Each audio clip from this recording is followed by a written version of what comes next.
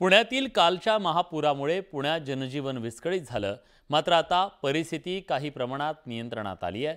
दरम्यान प्रशासन सातत्याने सिंचन विभाग आणि इतर यंत्रणांशी संपर्कात असून परिस्थितीवर बारकाईने लक्ष ठेवून आहे, अशी माहिती फडणवीसांनी दिली आहे। सध्या खडकवासल्याचा विसर्ग 40,000वरून 13,000 क्युसेकवर आणण्यात आलाय, तर कोयनेतून सध्या 20,000 क्युसेकनं पाण्याचा विसर्ग सुरू असल्याचंही त्यांनी सांगितलं। तिकडे अलमट्टी धरणाची पातळी नियंत्रणात असल्याचंही फडणवीस म्हणाले।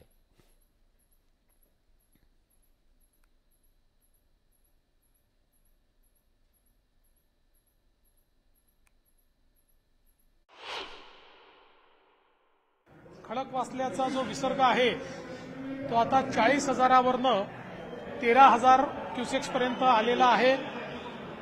त्याचवेळी कोयनेचा विसर्ग हा 20,000 क्युसेक्स पर्यंत आता आलेला आहे।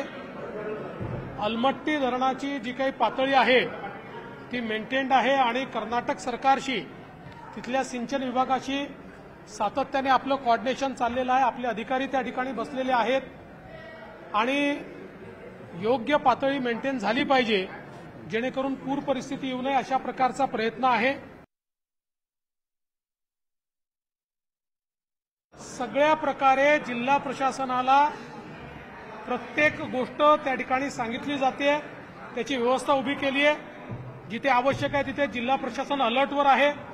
एनडीआरएफच्या टीम असतील, एसडीआरएफच्या टीम असतील, त्या अलर्टवर ठेवलेल्या आहे आणि या सगळ्या जो काही ही परिस्थिती आहे या परिस्थितीमध्ये आम्ही नजर ठेवून आहोत आणि कोऑर्डिनेशन आमचं चाललेलं आहे।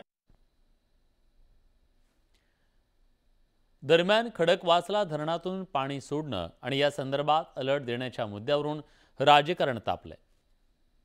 सांगितलं की 40,000च्या वरती 40,000 क्युसेकच्या वरती पाणी 100% सोडलेलं आहे आणि त्याशिवाय इतकं पूर येत नाही। इथून मागचा आपण जो अनुभव पाहिला, ज्या ज्या वेळेला 40-45,000 क्युसेकच्या वरती पाणी सोडलं गेलं त्यावेळेला ही परिस्थिती इथं झालेली आहे आणि म्हणून याची निश्चित चौकशी केली जाईल। काय अडचण होती आणि महापालिका प्रशासन, जलसंपदा विभागाचं प्रशासन यांच्यातला समन्वय का नव्हता, नागरिकांना अलर्ट का गेलं नाही, याची सुद्धा 100% चौकशी आणि कारवाई केली जाईल। पाटबंधारे खात्याने वेळेमध्ये सूचना दिलेल्या आहेत, आपापले व्हॉट्सअप चेक करा। आता शेवटी पाणी किती वाजता अशा स्टेजला येणार आहे की विसर्ग करायला लागेल असं आपल्यालाही सांगता येईल। ती स्टेज एका वेळेला अचानक येते, पण माझं असं म्हणणं आहे की त्या अचानक आलेल्या स्टेजमध्ये सुद्धा घाईघाईने व्हॉट्सअपच्या माध्यमातून पाटबंधारे खात्याने लोकांना हे कम्युनिकेट करणं सुरू केलं की नदीकाठच्या लोकांनी लगेच शिफ्टिंग सुरू करा।